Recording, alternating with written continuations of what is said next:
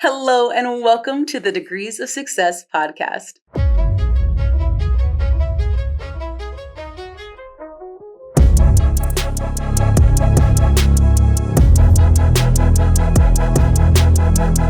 I'm your host, Frida Richards, and today we have an incredible guest.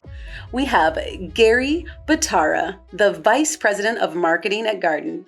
His story is one of transformation from French culinary school to the boardroom, and from ruthless ambition to mindful leadership. He's a two-time University of Phoenix alum, earning an MBA and a bachelor's degree. He's an author and an entrepreneur, proving that reinvention is possible. Gary, thank you so much for joining us. Rita, thanks for having me. Absolutely. We are so excited to have you and hear more about your journey and your story. So let's just jump right in. Tell me, what were you like as a kid? I think I was actually pretty silly as a kid. And I think that the silliness part, and I think part of the mindfulness part was, for me, that was like a mask. I found that being funny with people was a way to kind of mask like the lack of confidence, right? Because that was, likability. And that trait, I think, just it stayed with me, and likability ended up being such a big part of that. So, I was like that as a kid, which meant I had a lot of friends. But at some point, like you have a volume of friends, and you're like, man, I don't really know if I'm close to anybody. Yes, I do know. I do know. What do you think that led to you being a people pleaser at all?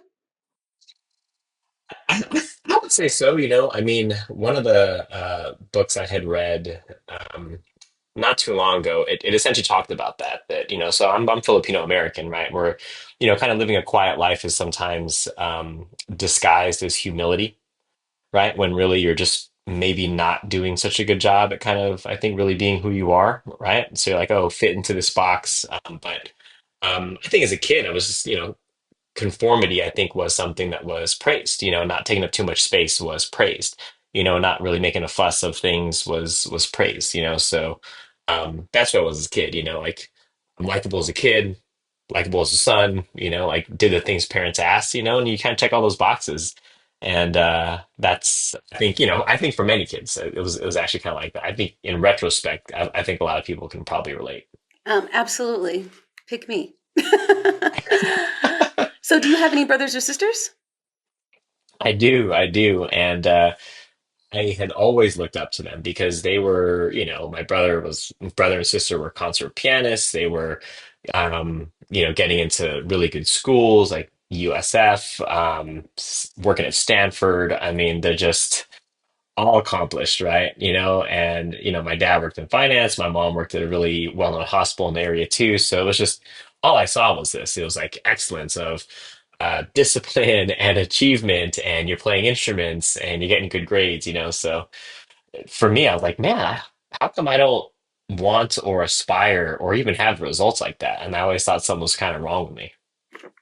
Well, I know there was definitely nothing wrong with you, but let me ask, you've got a brother and a sister that are overachievers, doing incredible things, Definitely. mother and father, setting that example, leading the way, and then you go into the food industry.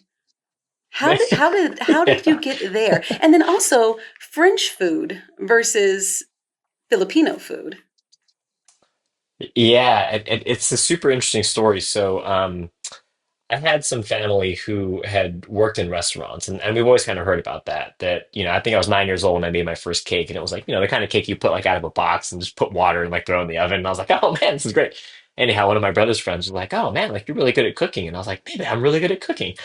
So anyhow, from there started to actually believe that I was like really good at making stuff. And so I went to culinary school because it was something I thought that was uniquely mine. Like I had grown up playing violin, but my brother and sister grew up playing piano. And so everything they did, I was like, I'm just not that good I always compared myself to them. It was like, well, they're really good at piano. I'm kind of really crappy at violin. So I need to find something. And cooking for me was that one thing that was like truly mine. And I started to cook and do more things. And over time, when it was time, I think it was in eighth grade, I was like, what are you going to do in the future? I actually copied what my buddy said. He was like, "I can be a chef." I'm like, "That sounds good. I like cooking." And then that's kind of where it went. And so that was my unique thing, and I felt like it was finally something I had that I could own myself. Well, I imagine going into culinary school and studying French cuisine had to be a surprise to your parents. Um, tell me about that. Tell me about that whole experience. What did that look like? And what was your experience at being a chef? Yeah, so I had started cooking when I was about 15 and a half. And it was all like Italian food. It was for an Italian catering company. This was out in Napa. And that's where I kind of started to learn European cuisine. And when you go to culinary school, this is, back in, early 2000s, like food was not what food was today, right? Like Emeril Lagasse was just coming out that time, everything was about the classic techniques. So French technique and culinary uh, of from let's say the olden days, but it was really championed like do the classic techniques. Like that's a cool thing, And so anyhow, French cuisine to me, because I like slow foods, like stews, I like the classic stuff like beef bourguignon, and I also liked a lot of the French pastries. So to me, that was like the echelon of, man, that's really good technique because it's done in the old way. You're doing it by hand. It's the hardest way to do it. Rich flavors, and nobody like knew what the hell that was back in the day. They were like, "Oh, what is that?" And I'm like, it's actually the stuff that you would find all the time, like steak frites, right? Like that's a French dish, right? And so, but a lot of people didn't know that, and again, it wasn't socialized, so cooking at that time wasn't as in vogue as it is today. So at the time, people were like, "Oh, okay. Well, you want to be a chef, and what kind of food do you like cooking?" I was like, "French food," and they were like, "That's so crazy. That's so weird. I don't really even know much French food." And I was like, "I like," but if I could articulate it now, I would say I like the cooking techniques that I had learned there because what I came to find later, I wasn't really good at plating food. I was really good at cooking food. So for me, the production of it was really fun, like getting the right ingredients and then actually doing um, uh, the prep work on all the food and all the ingredients, as well as just the small stuff like really searing something properly, right? Deglazing it and then like letting the stews layer with flavor over time. Like that's what I liked about it. I didn't know how to say that at the time though. It just happened to be French food was where I did that the most. Oh my goodness, Gary, I just ate and you're making me so hungry. All of those things sound absolutely delicious. So let me ask, do you still cook? And if so, what's your favorite thing to cook? Yeah, so I cook almost I'd say a couple times a night for my kids and my wife. And it's a lot more toned down, certainly, but like the cooking, the production of the cooking, I still do and I still love it. I think and for me now, it's well, especially now being a father, husband, like that's the place where we get together.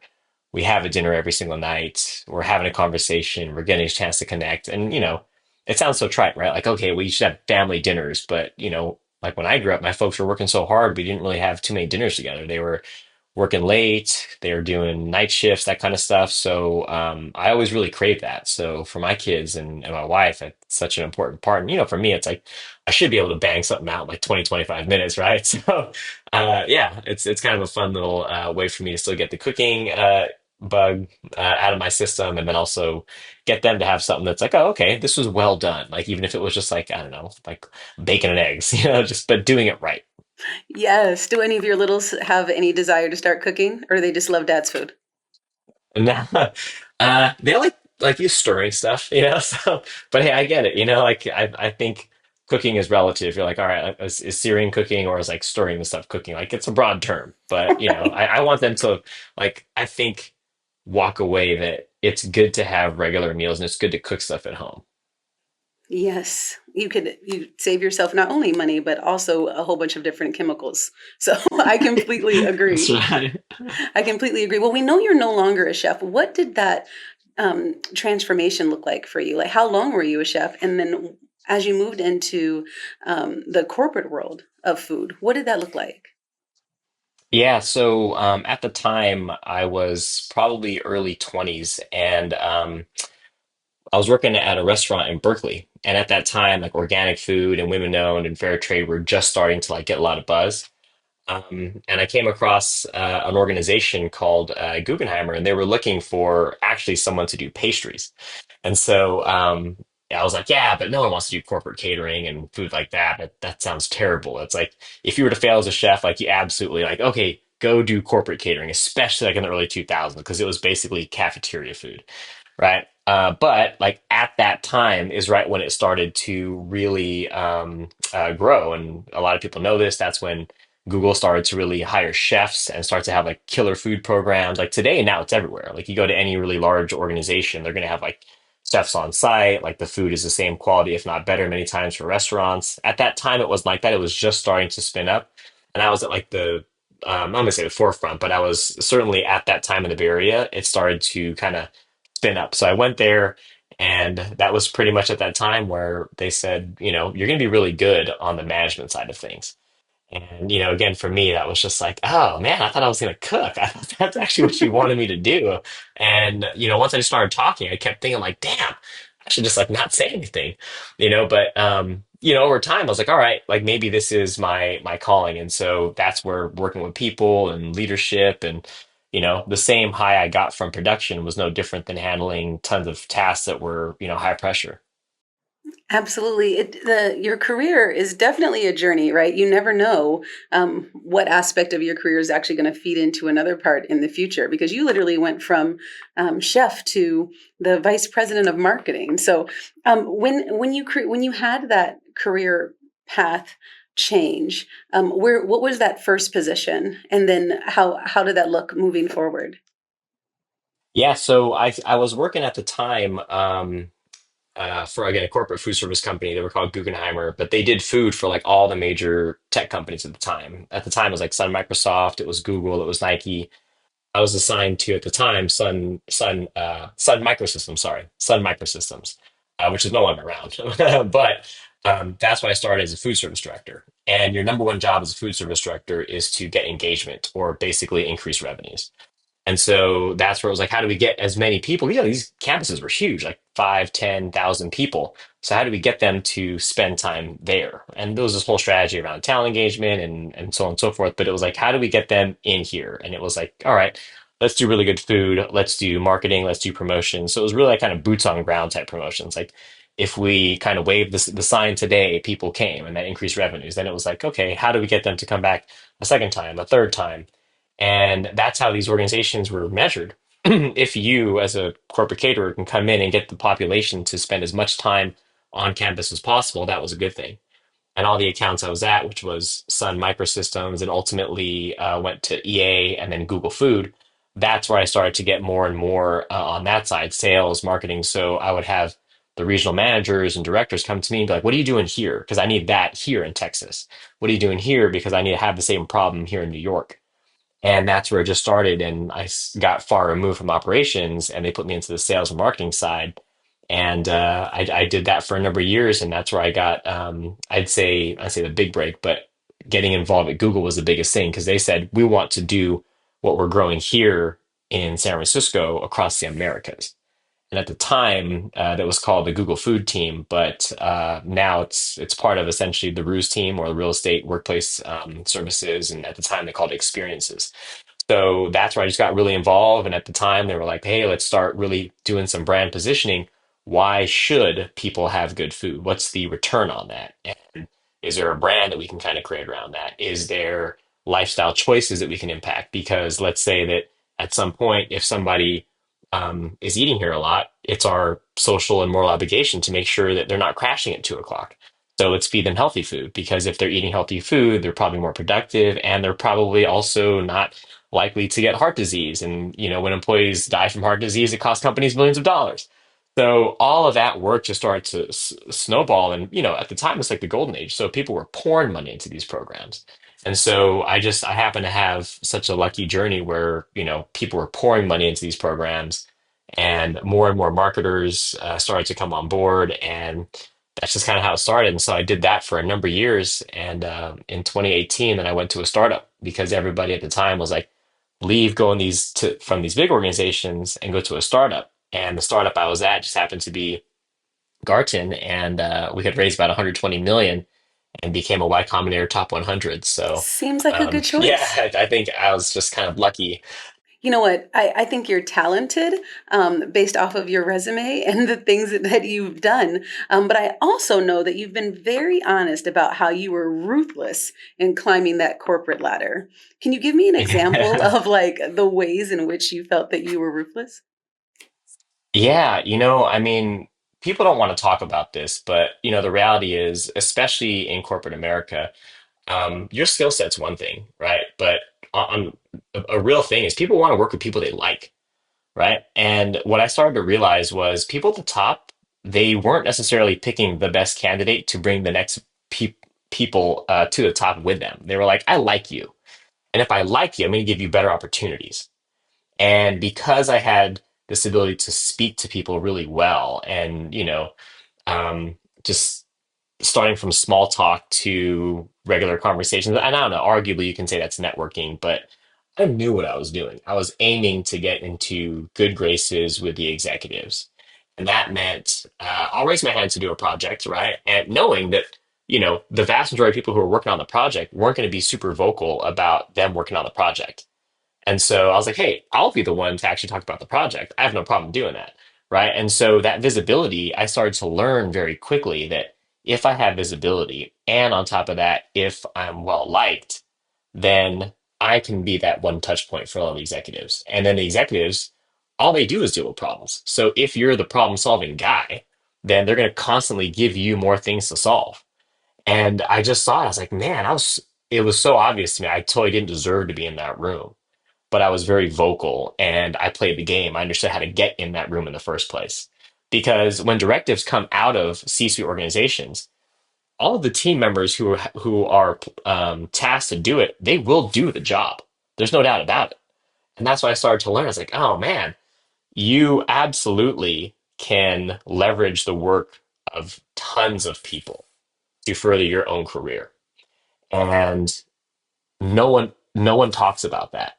Most people, I think, talk about this idea that, oh yeah, man, like, my bosses, they don't appreciate me and so on and so forth. And to some degree, that's probably true, right? Because they're given certain tasks to move forward by any means necessary, really. And that's when I started to see it. Like, I remember being in rooms where people were looked at like numbers and saying, okay, well, if we just cut this entire group, what's the impact of that? And I was like, probably nothing because the next group next to them is going to have to pick up the work and they're going to have to do it because they're not likely going to leave. And I remember being like, man, I've never seen shifting like that of the masses.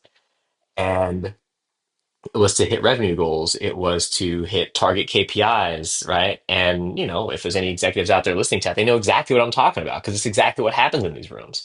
They're not saying like, oh man, but this person's been here for 25 years. Or like, okay, if we need to cut costs and do A, B, and C, what's the fastest way to point B? And it's like, well, I'll do this because, I found that you're kind of protecting the people that are on this inner circle.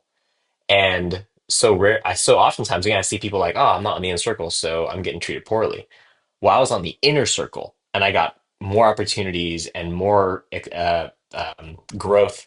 Um, just I'd say not just opportunities, but it was warm intros, right? Where like I like this person, and when you're introduced into an organization where or a project where you're liked, you already have a positive perception. So your work, even if it's good or not, it doesn't matter. Like you're going to move forward regardless. And when I started seeing that, I started boom, moving fast, really fast, to the point where people are like, how are you in the board meeting? I was like, oh, I guess I'm liked, and at some point I was like, man, and it starts to chip away at you at some point that you start realizing like there's a lot of unqualified people that are in that room and they shouldn't be. And he starts to see all the, and I remember, boardrooms are oftentimes like it's all glass. So I remember seeing people walk by being like, man, you're the one who actually did all the work here. You're the one who actually, you and your team are the one who probably should be here speaking on behalf of the projects. But that will never happen because I'm more likable. And it's a really messed up truth. But anybody who's climbed the corporate ladder quickly like knows exactly what I'm talking about. And I think at some point you get to a point where you're like, damn, I don't like myself anymore. And so I think that, same thing, you'll get to the top of the mountain, but you're alone. Right. Right, because you took the opportunity to use other people's work, and instead of lifting them up or putting the light on them, um, taking that opportunity to have it lift you up. But what I know about you is that you're an excellent leader. So I imagine as a leader now, this is something that you stay away from or encourage others not to do. How would you say, what Oh would you yeah, say your leadership it's style is super. like now? Yeah, I mean that's the super toxic trait, and that comes out so quickly anyway, right? But I think now certainly it's, I'll take way more blame and way less credit, right? And because especially when you get to a point of leadership, you're really not touching anything. Like you are absolutely dependent on the results of others. And there's two ways you can do that. You can have them, work as if they're in some sort of factory and mill and then take those results and pass it on, right? Which is, I think, what a lot of managers do. Or you can say, all right, I have one job. It's to work for you. Let me remove all the crap that's in your way that prevents you from doing a good job. And most of the time, the people, they don't really need to be told what to do. They're the ones boots on the ground. They just need to be listened to. And you're going to get the best insight if you just actually sit back and say, okay, come to me and tell me what needs to be done. I'm going to be an advocate for you. And it was no surprise that, now I get these people who are like, oh, please don't leave. And, if you go somewhere, I will go with you. Whereas before it was kind of just like, oh, this guy's going to come into the room. He wants the updates. He wants this night. He doesn't care about us. And we're going to pass on the information. And I'm going to stay in my same position while I see this guy skyrocket to the top. Right. And it's so messed up. Even as I say it, I feel gross because I saw like it'd be different if I did that and it kind of had mediocre results. Right. But at some point when I was in rooms with global executives, especially when Guggenheimer was getting acquired at that time, and I remember um seeing my buddies like not invited to certain dinners. And I was sitting at a dinner where I had, a global CEO to my right, a global CEO to my left, and all I had to do was say, what projects are you working on that I could be part of? And they were like, pick. I'm going to connect you with this person. And they've already been told to just get you set up with a really strong project that's going to have a lot of visibility. And I can't even tell you how gross that feels at some point. When you see people who are doing tons of hard work and just not having the same benefits. And so I just kind of vowed to myself, I was like, man, this is not a really good way to live. Because I can guarantee you, that's not the only place it shows up. You become selfish everywhere, And so this is where it was like, you're clearly not going to be good in relationships, not going to be a good son, not going to be a good brother, right? You're not going to be good at anything. You get to the top and yeah, you have the successes, but you've lost yourself. And I think that's just, it's a cautionary tale, let's put it that way. And most CEOs I know, especially when I went to the startup world, they're the ones who are like, hey man, this is all about growing people. This is a mission that we're on. And so when I went to Garten, they were like, this is the mission that we're on. We want to empower people to live blissful lives. And I was like, I've never heard of that. And, they had these values and it's so gross when people say like, oh, we're family at a business, right? But they're like, no, like this is like, we wouldn't do that to people. And so I think for me, it was refreshing to be like, this is like a reset. And so I think that really was it. It was like, at some point you skyrocket so fast. And there's a book that I love. It's called The Second Mountain. The first mountain, it's so focused on us, especially in America, hyper individualism. Like I want to grow this, I want to get this, I want to do, I want to be, and now I'm here, and now I'm alone. And then it talks about like you falling down this mountain, it's like this like pit of despair, right? And then now you pick yourself back up and you go up to the second mountain, and it's outwardly focused. But you can only be very outwardly focused if and I don't know, maybe it's just my story, but I really had to hate who I was in order to be like, never again, never gonna do that again. I'm gonna do it the right way. In order to be like, all right, come with me. And I think that that's what makes it, because as a manager or certainly in executive leadership, you have tons of chances to further your own career, tons of chances to influence the life of somebody else. And now it's a moral obligation. Like I can't see myself doing that without being like, man, that's not good behavior. Like shame on you, especially if you're raising children. Like it just doesn't align. And so, and no surprise around that time is when, we started a family. So it just seemed to be like, these are the attributes that, a good man should do and have. Yes, I find that very interesting. One, I could totally see how your heart could grow when becoming a parent, right? Because now it is no longer just about you and your wife, but about, these little humans. But I also find it interesting the foreshadowing of your childhood of wearing the mask and pleasing the people and being very likable. And then using that same mask in your corporate life. So to work your way up that corporate ladder. I'm curious when you were doing that, as you were climbing, did you meet anyone that influenced you to be a better leader, like the leader you are now? Yeah, his name was Randall Boyd, and he came in as CEO specifically to get the company ready for acquisition. And so at the time, this company was the corporate food service company I was working for. They weren't really in good shape. The founder had passed away, unfortunately, so they needed kind of a turnaround. And he kind of came in with these really core values of like family and I want to play fair, but I also want to be first. I think there's a way to do that. And I ended up being in a room with him. I think I actually remember one day where we had to do a big project. And of course, I was there in the room just waiting. And he was like, okay, you come with me. Right. And he was like, here's what we're going to do and why. And I just remember getting a front row seat to really strong leadership. And it was, you hear this a lot. Simon Sinek talks about this a lot about Nelson Mandela, how, he grew up in a tribe and his father was like a tribal leader, right? And he was one of the biggest takeaways he had was his father spoke last.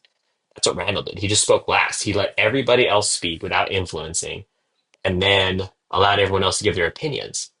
And leaders speak last. I was like, what? Why are you doing that? You don't need to do that. You're the man. You're the one who can tell everybody what to do.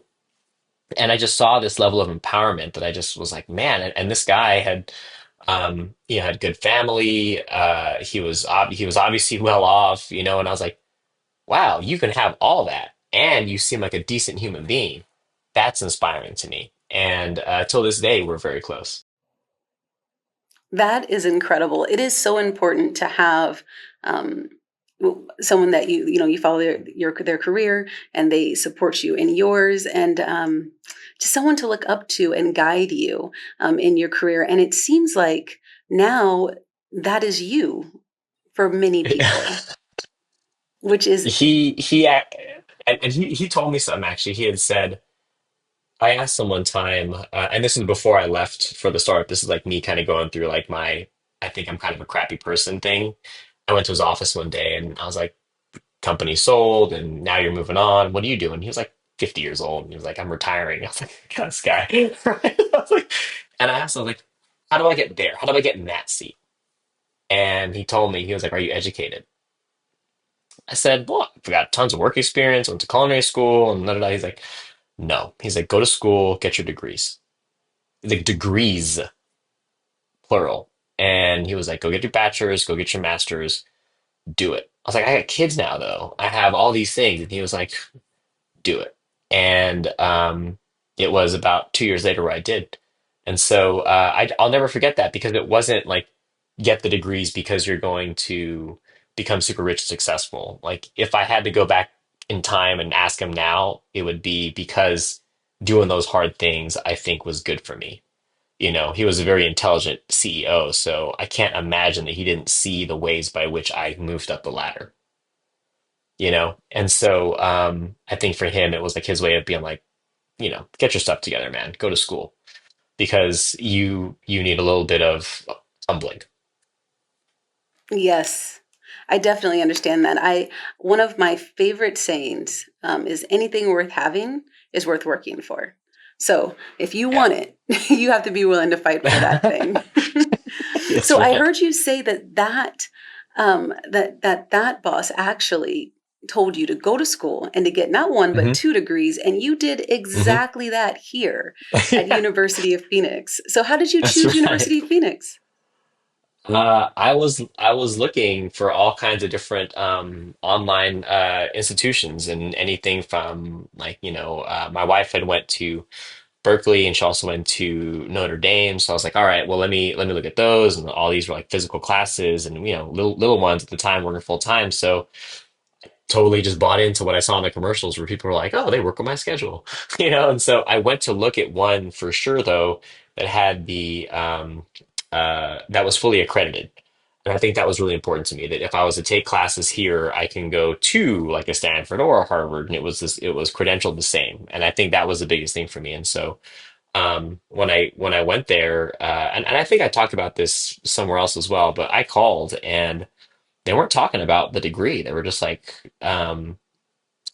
what's your goal? What do you want to do? Where do you see yourself in the next few years? When I was just like, look, lady, I'm just looking for cost and timeline, and it wasn't that. And I'll never forget that. And I was like, okay, this is good. And I went for it. And that was it, kind of just jumping in. So you were drawn into the fact that you weren't just a prospective call. You weren't just a number. You were Gary, and she wanted to know what Gary wanted to do to set him up for success. Yep. And she also had made it a point to say it wasn't going to be easy. And I thought that was kind of interesting because I thought that, you might hear like, oh, it's going to be a walk in the park and you have all these resources. They're like, are you ready for the work that it's going to involve? And for me, I was kind of searching for some words at the time. It was like, I interpreted that as like, are you ready for change? And for me, actually hearing that I had to work for this sounded kind of nice because at some point when they roll the red carpet out in front of you and you get to the top, you don't feel like you earned it, and that is it's a very lonely feeling of like shallow success. And so I was like, all right, I feel like this is gonna be a good thing for me. There ain't no way around it. I gotta do this class by myself. I have to Everything was on me. There was no one I can lean on. It was just me. And for me it was refreshing because it was like I couldn't run and I had to do the work for myself. And I was like, I kept wondering, am I good enough to earn the accolades that I have? I felt like the accolades were further than my capabilities. And that really gnaws away at you at some point. And so I was like, I'm going to learn as much as humanly possible. I'm going to do everything. And that was it. And it was like just pure discipline. And this is where it was like, how do you fit in 20 to 30 hours a week into an already busy schedule with kids?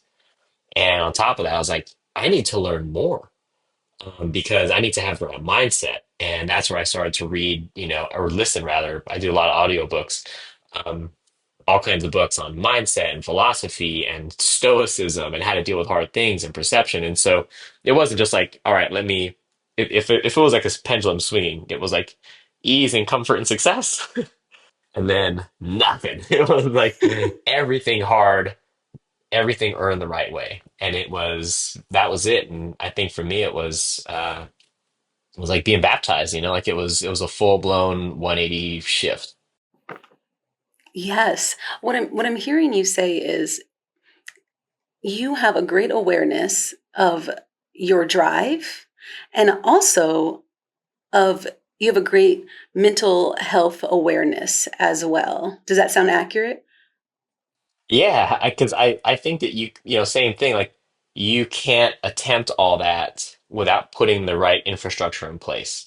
It was like, all right, I know the second I wake up in the morning, there's going to be assignments waiting for me and a crying child and me starting at a new organization, right? As well as me fighting my own uh, indulgences to just find the quickest way to the top, right? And so it was like, man, everything was really easy just yesterday, and now everything is particularly hard. So I don't really know if I was punishing myself, for that, or if it really was like, okay, I'm going to like earn it this time. It was probably a mix of both, right? It was probably a little bit of like, shame on you, you shouldn't have gotten that far that quick, right? As well as, all right, well now you know what? If my accolades are here and my skill set's here, let me work to like bridge that gap. And you did exactly that and earned both degrees.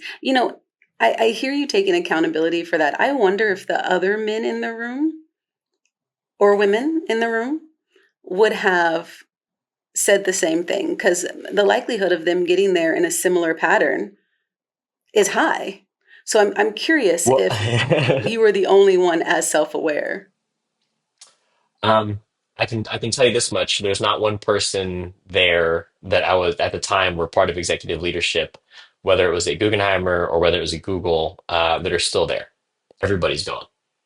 And I think that's such a really telling sign. And the one person who still is consistent is Randall.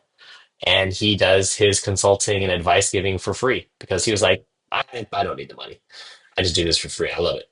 And so that to me also was over time just telling to say everybody who was kind of reaping the benefits at that time, they're all gone. No one's part of anything anymore. There's no more leaders there anymore. And it'd be different if they're all there still, but that wasn't the case. And I knew it. So if anything, that was a foreshadowing. This is my future. You might, kind of be a very quick flash in the pan. You got to the top, you stayed there, and then at some point it all crumbles. And I think I was lucky enough to leave before it all crumbled. And I think that when it comes to, University of Phoenix, for example, that's why I just hold such a really special place in my heart because um, when I was very vocal with my professors on this, because I would tell them, like, I want excellence. I want to get straight A's and I want to ace everything. They're like, oh, you don't need to do all that. They were like, look, man, these are practice exams. These are so on and so forth. I was like, no, I want to be an excellence on everything. And if you don't believe that it's excellent, don't take it. I remember saying this on like one of these orientations, and people are like, "Who's this guy? Like overachiever?" And I'm like, "No, I swear to God, like I'm not trying to do that. Like I'm actually looking to work really hard here." And they were like, "Okay." And I asked for their cell phone numbers, so I remember I think it was like one of my first classes, which was like the worst. It was like statistics, and the professor was like, "Look, you said you wanted this, so." Here is the problem, and here's an example sheet. Read it, study it, everything. And this is all before like you had, you know, I think AI is really big now. I wish that existed back then because it would have been a breeze, right? But at the time, it was like me with a freaking calculator, being like, "Man, how do I figure this out?" And it was tough. And he was like, "This is due, and if you really want to do it right, then your first assignment's due Wednesday, and today's Monday night." And it's like, oh man like what I get myself into. And I just kept thinking, like, I know what it's like to get to the top without having to earn that. And I was like, let me just see. Let me see if I can do this. And at some point, what I found is, I used to be the big guy waving the flag, being like, be passionate, chase your passion. Right. But what I found is you can get passionate about stuff that you're good at that you didn't even think you were passionate about. Like I didn't think I'd be passionate about statistics, but when I started to get it, I was like, oh, this is cool. I'm good at it. Here's the next problem. Here's the next thing. Oh, I didn't know I could do that. Now I'm good at this too. And you become passionate about it. And that just it opened my whole world of you can get really good at something that you absolutely sucked at prior and then become passionate about it over time, meaning anything in life is up for grabs because I think that, especially from, taking the fast track to things, ease was all I searched for. Comfort was all I searched for. So being like, all right, that brought me here. And on paper, everything looked really good. I didn't like myself though. So doing the hard things, man, that was refreshing and I earned it and I was proud of myself. I was proud of myself. And I think that ends up being one of the biggest, takeaways is, and I don't know, maybe there's people who are born with this trait innately. They're just like, I'll do hard work and I'm proud of myself. But for me, I was like, ooh, what's the fastest way to point B? Even if I have to go like outside of the lines, but putting myself in this place where you can't escape now is this way, or like it breeds a confidence that I can't even describe to people because it's so strong. So, Gary, you've had a lot of transformative events happen in your life. I want to talk about one in particular. Tell me more about the day on the bridge. Yeah, yeah. So it was an early evening. I was leaving. I'd say early evening. I just know it was nighttime, and I was coming from the city, and I was going from San Francisco, and I was crossing. the Bay Bridge. And if anyone's familiar with that, like you go through a massive tunnel and it's like 2 or 3 mile stretch, but it's like always like packed, always, always, always. And at this particular time, it just wasn't. It didn't look like it wasn't going to be. So I just started going, faster and faster and faster. And I've said this before to someone in a separate interview, but um, I wasn't trying to hurt myself, but I certainly didn't care what happened to me. And it was almost as if I was just searching for somebody to like slap me down, something to slap me down, because some point when you're writing these layers of success, you're just like, is this really happening? Like I'm in rooms with executives and I'm getting all kinds of opportunities, and I see people who are working significantly harder, way smarter, not even getting a chance. And I was like, you know what? Whatever. Boom, going fast, right? Foot to the, pedal to the metal kind of thing. And nothing. It was like nothing. Like not a car, not a cop. And this is like peak areas where you're going to find cops and just something.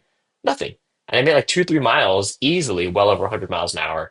And I got to the end and I took my foot off the accelerator and it was just like nothing. And I just kept thinking to myself, like, how is this possible? Like, do something to me. This isn't right. I can't keep taking these accolades. I can't keep going further along here, and all I am is alone. And yet, still, even doing that, the universe had like said, "Oh, don't worry. Here's a red carpet. We're going to make sure nothing happens to you." And I can't tell you just how gross I felt. And so I turned my phone on. I went to go on YouTube, and that's the first time I heard Tony Robbins. And Tony Robbins, exactly what he said. He was like, "You're a loser." And I was like, "I am a loser, Tony," and it was such a profound moment because he was like, "But you could be better." And that opened up my whole world to really think to myself, okay, well, if the universe isn't going to do it, I got to do this. And so let me do something to earn my own self-respect. Because at some point, I can tell you there's nothing like getting to the top of the mountain by yourself and not having good relationships, healthy friendships, um, just knowing that it wasn't done the right way. Because everybody wants to get to the end, everyone wants to get to the top, but when you actually get there and it wasn't done right, it's I can't even describe how much it's not worth it. You wake up and you don't even want to look at yourself in the mirror. I can only imagine in this hustle culture, we could sleep when we're dead type, you know, type culture.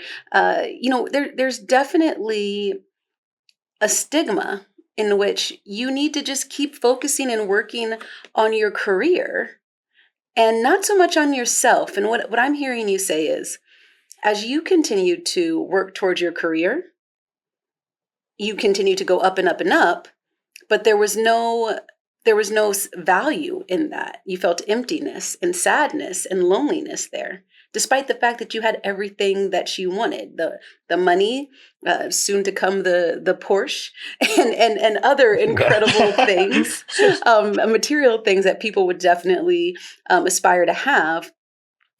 But what I'm understanding is that you found value when you started to do work, not for corporate and your career, but for yourself. Yeah, I think that one of the most important ones is just truly being honest with yourself. Like looking at yourself in the mirror and really being like, give yourself permission to fully be like, man, what? And I'm sorry if I cuss here, but like, what the hell did I just do with my life? How did I get here? And don't sugarcoat it either. Be like, I'm lazy, anxiety. I have all these really bad habits. Like, don't lie to yourself. Like, full blown own it. And I think that is a very hard thing for people to do. I say that for people because that was impossible for me to do just years before that. Right. But at some point, when you really look at yourself and just like give yourself a real honest assessment, um, it's hard because you're going to find some stuff that you don't want to see. Right. And you can't unsee that because I think for a lot of us, we're so used to wearing this mask, so used to putting this facade to be like, okay, let me now build this person of who I think I'm supposed to be. So at some point, when you take a full-blown hammer to it and just smash it, you don't want to see what's on the back end of that. You don't want to see what, like, how that structure was made. And I think that for a lot of people, it's okay. Like at the time, again, like I was managing, I'd say easily over 100 people across the nation, and just given more and more opportunity of uh, success and growth opportunities. And uh, all I knew was that I absolutely had this like gnawing thing. And I think if anybody's out there and you have that gnawing thing, like it's okay. Like open it up. And it's okay if you do it like by yourself in the bathroom. Like that's totally fine. But do it, because now you have a good foundation to build. Now you can really say, all right, if this is the case, and it doesn't even matter what you were before that, I think that it's like a two-part thing, I guess. And I'm probably overly explaining this, but be okay having an honest conversation with yourself in the mirror, but really go to town on yourself and say, all right, what are all the things I'm really not proud of, or the things I really want to change, and current state, right? Like take off the mask. The second part, I think, is um, I think being okay that maybe a part of you might always be like that. And I used to think that it would be like this skin I would shed, like, oh, I'm no longer going to have anxiety. I'm no longer going to have this need to want to climb this corporate ladder. I don't think that. I don't think you ever do away with that. And I think that's this fallacy. Like you're going to fix yourself. You're going to shed yourself of these things. It doesn't work like that. I think those things are still always there. You become much better though at dealing with them. You can say to yourself, all right, well, I know it's a tendency of mine, and I may have had a lot of results like that, but that doesn't mean I have to make that choice today. So I'm just going to go the other way, as opposed to being like, hey, it's been like 3 weeks. So shouldn't I not have this anymore? Like, no, you're always going to have that. And that's okay. You're always going to have those tendencies that you want to be a lesser person. That's normal. And I think that also, again, it's just giving yourself permission. It's okay to be in a room with a bunch of happy people smiling and all that. And you're like, why do I not feel any of that? How come I don't have that joy? How come I don't have that, this and that? Like, it's okay, right? Because what I've learned is that you'll have all of it. You're just kind of not having all the other stuff that I think you want. Like, it's not doing away with one to replace it with another. That part will always be there, and that's okay. You become significantly better at dealing with it. And I think that it's a choice. It's an everyday choice, being like, do I want to be a piece of crap today? Do I want to be a lesser person today? Because that person's right there. He's right behind you, right? Like, and you're never going to do away with that. And I think that's a common misconception. Like, I'm going to do away with this, and it's like, no, no, you're not. That's okay, because that's part of you. That's part of you. And I used to keep thinking like there has to be something wrong with me, because why does this part of me exist? No, and honestly, you mentioned being at maybe a dinner party and seeing someone else and seeing their joy, or seeing a happy marriage or whatever the case may be, and thinking like, I'm processing this, and they're feeling these feelings, but they may just be masking. That could not be their truth as well. They may not be as brave as you are to actually go all the way, rip all the nonsense away, go straight to the foundation, and work your way back up to create a stronger foundation. So I think that is very powerful. Look in the mirror, say what you need to say the truths about yourself, acknowledge them, and learn how to navigate and accept them. Because to your point, they're never going to go completely away, but know how to navigate away from those things. And I think this whole idea to give yourself permission, what I have found is almost every person I know today, whether I work with them or whether they're, friends or family, most people are itching for that permission to be like, oh, thank God, you're going through it too, right? And I think that, that's the root of connection. It's like it's the authenticity behind it, being like, hey, just so we're on the same page. Things kind of suck for you too, right? Okay, cool. Like, and there's and it's more than just authenticity and connection. It's like we're fed so much around not just success, but these things should look this way. And it's, a lot of people know this, right? When you look at it socially, like that's not like real life necessarily, but it goes deeper because it's actually saying um, it's okay to have these flaws and inadequacies and things you're going to deal with because hell, you might deal with that the next 50 years, right? Like that's okay. And it's okay to not, again, not just not be happy all the time, but it's okay to have these feelings where you're like, damn, I could be a better person, or I want to do these other things, but I haven't gotten there yet. And I just think that the permission to do that. And the only reason I think I'm particularly more capable of talking about this kind of stuff is because now I got both. Now I'm like, all right, I have the results that I want, whether it's success or fitness or anything like that. I'm like, okay, I have these results. So you can't tell me that it has to be one or the other, right? Because you can Right. absolutely still reach that pinnacle and still be knee deep in your own personal work. And I didn't know that was possible. I thought it was like, okay, if you do all this work, then you're fixed, right? Or you build this empire of success and like you're fixed. And it's a constant daily, I heard something that I really liked before. It's like, success or like living the life you want. It's rent, and that rent is due every day. Like you have to always put forth that effort because the second that you stop, and again, I stopped for a long time. I stopped putting in that hard work for a long time. It's like it's cancerous. Absolutely. Absolutely. I'm hearing you say that putting in the work, being being seen for who you are with your mask off is substantially more valuable than wearing a mask and continuing to pile more and more on. Yeah, yeah, 1000%. And I think it's so many of those so much of that sentiment is like everybody knows that, and I can't reinforce just how important it is to just be like, I know you've heard that before, but I'm really telling you, if you really go do that work, you will uncover a part of yourself that is immensely strong and immensely capable, and that is a steadfast type of confidence when you can look at yourself full blown in the mirror and be like, damn, I got to fix a couple things. And that's a long journey. That's a long journey I gotta undertake, but I'm gonna do it. It just I think that has a direct correlation to the successes that you'll experience in your career, the successes that you'll experience in your personal relationships, in your finance, everything. Because again, I think the good news is that it's all linked together. When you start working hard and doing that work, I think internally, that translates directly into everything else. I imagine you after working so hard, obviously getting the degrees and then doing the work on yourself, also improved who you were as a leader. So much so that you wrote a book. Can you tell me more about your book? Yeah, yeah. So during that time, it was about a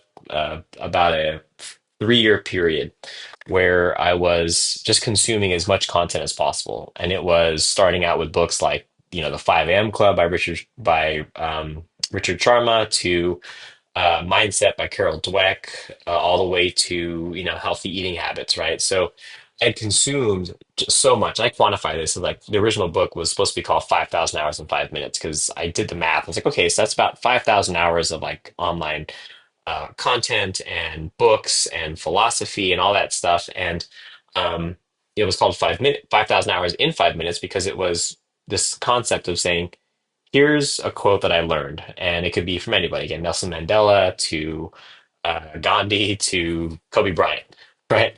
And it was here's a quote, a good thing that you should do in life, right? A good way to be. And the first part really was like, here's how I absolutely was not living that. And then the second part of it is here's how I remedied that. And it wasn't like some highlight of like, oh, I'm so much better. It was to say, hey, look, I know I'm not the only person who thinks like this. I know that for sure. And again, working in marketing, knowing that we're the largest demographic of millennials right now, guaranteed there's people out there who are like, okay, I reached a certain part of my life. Why do I think, feel, or experience this? Right. And again, giving people that permission has been so I think rewarding. And when I gave myself that permission, I started to see other people, and I get text messages because I had a manuscript first, and I gave out this manuscript, and I was like, "Hey, I don't know if this is worth reading." I get text messages, people being like, "Dude, I know exactly what that's like. I've never heard it articulated like that." And I think that again, people are looking for permission to not just be authentic, but be like, "It's okay, man. It's okay." Like because no one talks about that. Once you get to college and once you kind of get your stuff together, you say you get married, do all that. No one talks about the time frame from like mid 30, early 30 until you're like old. Like no one talks about what happens during that time. And it's just as hard as being in college, which is just as hard as being in high school, which is just as hard as being in middle school. No one talks about it though. And I think that why it has resonated with so many people because they're like, dude, I totally know what that's like. Because we all kind of look at that at some point, like, okay, well, you're married, you have kids, you have all these things, you're good. You really shouldn't have any more problems, right? And you're like, no, it's exactly like you have all the things you dealt with as a kid, just now with significantly more responsibilities, Exactly. Like I still right? feel like a kid. I'm just bigger and have my own. Yeah, exactly. And so I think that, the permission aspect is important to be like, again, it's okay to not fully be happy with yourself because, and it's so trite to say like be happy with the journey, but it really is like you put in that hard work, you're proud of yourself, and that is something that I would take that any day over getting like a $50,000 paycheck. Um, and I've gotten those where I'm like, oh man, like bank account goes and boom, you get this fat check, and it's like, ugh, I nothing now. Just sitting in a room by yourself, right? So I think that and I think that's why I have been so inspired to kind of talk about that. Jim Carrey talked about this at one point. He was like, I hope everybody gets a chance to really see and experience all of their dreams because that way they can realize just how meaningless they are, I literally right? watched that And interview. He is my favorite actor yeah, and person because he's literally a good person as yeah, well. Um, super mindful. with a great And passion and for and life. that's right. And it's no different than this message. I'm sure he said it like significantly better than me, but it's so true. And it doesn't have to be, I don't have to be a Hollywood A-list actor to experience that, right? I think that people can feel that emptiness in whatever they're doing. And again, just going back to success, I mean, man, that's such a broad term, right? Success now today for me is like, man, I wake up, I'm proud of myself. I'm a good man, good husband, good father, good son. And then like the icing on the cake is like, all right, cool, we got some money. That's great, right? And that's and I think the same thing. It's totally fine if what you want to do is take over the world and become a millionaire and billionaire and all that kind of stuff. But what I have found is when you now operate from a place of authenticity, where now even in some of the projects I do at work or if it's in consulting, I'm doing it because I'm like, look, I'm going to give you the very best of me. And the very best of me should yield some decent results for you. And now I'm driven from not just this passion, but I have like this infinite energy because I'm giving of myself. And the quality of work far exceeds their expectations because it's my own standard. It's saying like, if I had to do it right and I'm going to work bloody hard on this is what it would look like. And I give it to people and they're like, dude, this is crazy. This is way more than I expected. And you know what's so interesting about that? People are like, here's some more money. That's exactly how it works. And now it's sustainable. To the point where, today I still do consulting and, I have to turn clients away now. I'm like, I can't, I can't do it. I have too many obligations, and I think that it's a pathway to success that I've never knew existed before. And I always tell that to people, especially if they're starting their own business or even organizations where I'm working where, they're, nine-figure organizations and, they're asking, should we proceed to do this? I was like, maybe what we should do is actually start working with some ethics first. Because I can't give you really good business advice right now because it won't land on you because of A, because of B, because of C, because you're not operating from a place of really good values. Like you're chasing the money versus actually trying to offer your consumers a really good experience. That is a great And it's takeaway. it's right. That is a great takeaway. So Yeah. if you were a business owner or looking to be one, Gary says that you need to start with Yeah. integrity. It's a great place to start. And knowing your values and ethics. I couldn't agree with you more. Would you write another book?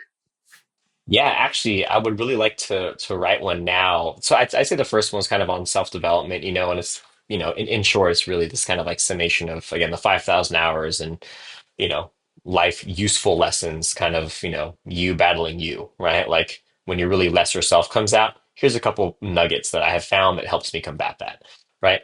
And this next one, I think that I'm starting to draft is really based on business principles. Like, how do you navigate the corporate world? So taking those things I learned as far as navigating and climbing the ladder of success, marrying that with tangible ethical practices, like, actually having a perspective of gratitude, fostering and actually having a really disciplined schedule, right? People are like, oh, I want to have a good day. I hope I have a good day. And I was like, I think you can actually map that out. You can't account for everything, but you can absolutely have the day you want if you plan for it, right?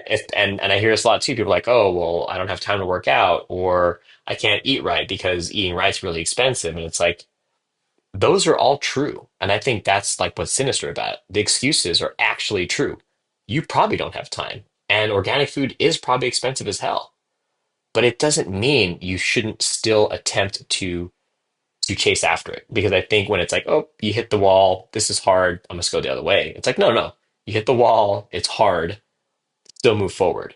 And now I just think that, that's the only way, at least for me, but I like having it. I'm like, all right, and it's not just saying like, oh, I want the hard way. It's like, no, I've seen what doing things the easy way does to you. I'm never going to go back there. So if this is the case, and people laugh at me all the time, like I get up at like 3:30 in the morning. I do that every single day. I'm up at 3 o'clock in the morning, gratitude, journaling, doing dishes around the house, like that, like all that kind of stuff doesn't matter. And then I start my day of work, and I make sure that every single day that there's always the time with the family, and that takes discipline. Like it's not just gonna, have it be laid on you. Like it's extremely intentional, and I think that um, because of difficulties, people are like, "Well, forget it anyway. It's impossible. It's going to be so challenging. So forget it. Why should I?" And what I have found is when you put that framework together, you have now a sword and you have a shield and you have a tool belt full of things to combat the very difficulties that you are trying to overcome. Excellent.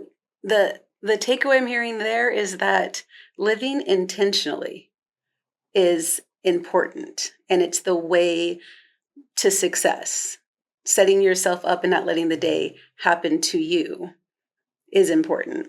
And I'm very excited about this new book. I love the idea of it, and I think I've got a name for you based off of this Yeah. conversation. I think that you should name it Unmasked, and I won't even charge you a fee. Yeah. Oh, there you go. Yeah, there we go. Oh my goodness. So before you go, I wanted to ask if you had any advice that you would give your younger self, what would it be? And what would you do differently in that way? If I had to go back to my younger self, I would give him permission. I'd give him permission to, hey, you don't have to always be so liked. It's okay. You can be yourself. And again, it's so overly simplified when it sounds like that. I was like, okay, well, I've heard that before, but no, like I think the sentiment of being like, if you're really just going to put yourself out there and really just be who you are, yeah, you might not be liked by everybody, but at the exclusion of everybody, you're going to get a lot of people who really like this version of you. They become ambassadors of yours. And then if I had to, yeah, yeah, exactly. And I think that if you had to, if I had to do it over again, I don't think I would. I don't think I would because I can't see any version where I would be this version of me today if I didn't go through that.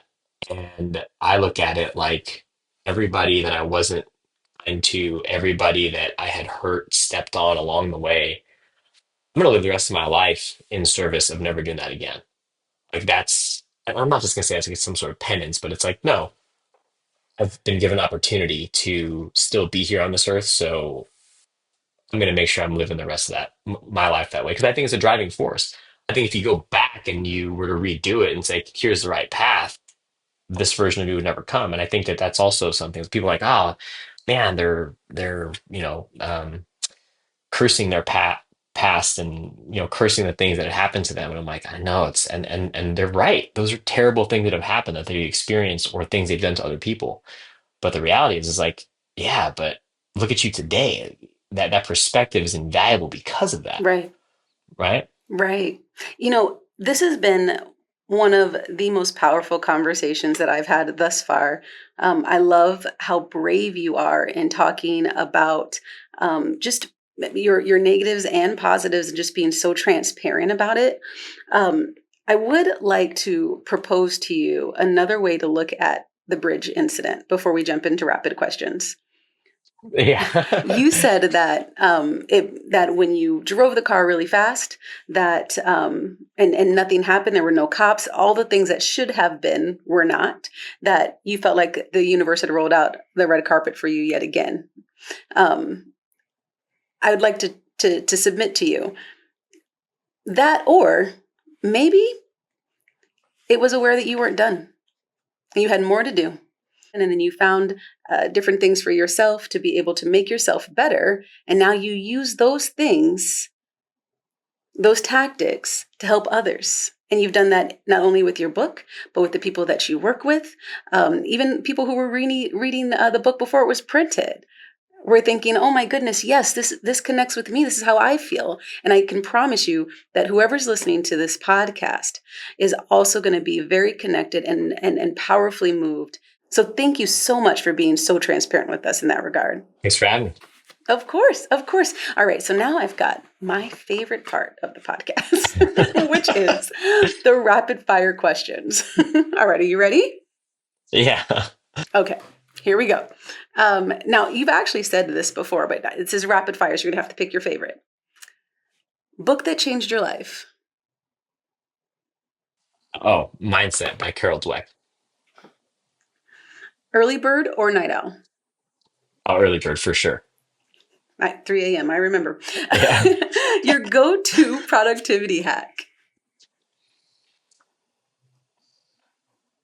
Spreadsheets. Use spreadsheets. Spreadsheets. I know it's rapid fire, but I learned this from Ed Milet, but he breaks down the day 3 days into one day. So instead of saying like I went to work and that was one day, it's like my first day starts from 3:30, 3 o'clock in the morning till about 7:30, and that's my time. That's where it's self-development. That's where it is gratitude. That's where it's time for myself, fitness. From 7:30 until 5, that's work time. Nothing else matters. It's just work time during that time. 5:30 until 9, it's just family time. And when you start looking at it like that, you start realizing like you don't necessarily have a little time. Like, man, now you can maximize time because you figure for every one of those little boxes across every single day of the week, you're talking about having, dozens and dozens of time boxes that you can put stuff into. Mm-hmm. And productivity wise, whether that's, scheduling, having fun, going to the gym, having a nice dinner, going to sleep, like you have control and of all that. And you can get even more micro by doing that on a hourly basis, um, based off of the schedules within that time box. And so spreadsheets, because spreadsheets help you do that. Okay, I'm gonna use that one. I'll have to send you a follow up on LinkedIn. I'm gonna have to jump Yeah. on that. So what would be the best advice you've ever received? I think one of the best pieces of advice I've received is, um, if you're afraid to do something, say yes and then figure it out later. If you're afraid to do something, say yes and then figure it out later. So just whether that's take the job, whether it's take a risk, whatever it is, just do it. And then you're going to figure it out later. Because I think what happens then is there's no safety net. There's no turning back. There's no longer multiple choices. There's just, I've made this choice and now you have to follow through with it. And I think that's the best way to do it. I could agree. I could agree. If you don't take risks, then you're not growing or changing. So I can agree. What is your go-to karaoke song? Yeah. That's a good one.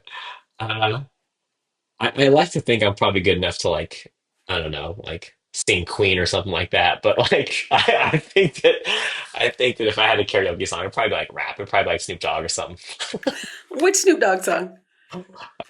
Probably Gin and Juice, classic. It is. It is absolutely a classic. And then lastly, your personal motto.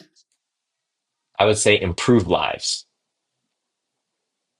And that you, sir, are definitely doing. Thank you so, so much for joining us today, for sharing your story. It's truly been pivotal, just even for me. And I'm confident that that's going to be the same for the viewers. Thank you for sharing your vulnerability and these incredible steps. And so before we go, the floor is yours. I want to make sure that if you have anything else you want to say or get to our audience, feel free to say so. And yeah, I think we had talked quite a bit about it, but I really think the seeking comfort thing, don't do it. Don't do it. And there's nothing wrong with being comfortable, but when you seek it, it limits your options. And I think that it's okay to do the hard work and it's okay to be in kind of a not so great dark place because just the same way that joy and happiness come, as does the times where things are really sucky. So, and I think people always try and avoid that. But I have personally found a lot of utility in not seeking the comfort. So that's my biggest advice. That's so good. That's so good. When people want to follow you and learn more and continue to track your career and hear more incredible advice, where would they find you? I'm actually not on social, so I don't actually have like Instagram or Meta, anything like that. I do have LinkedIn, but my email, and if anyone's out there, I don't know, maybe two people listen to this, maybe 2 million, I don't know, but my email is a good place to be reached at, Gary Batara 72 at Gmail. And yeah, the books are also available too, so I think it has more info in there too for how to get in touch with me. Perfect. Thank you again for joining us and telling us about your incredible journey. That brings us to the end of Degrees of Success. Don't forget to like and subscribe. I am your host, Frida Richards, and I am reminding you your next chapter just might be your best.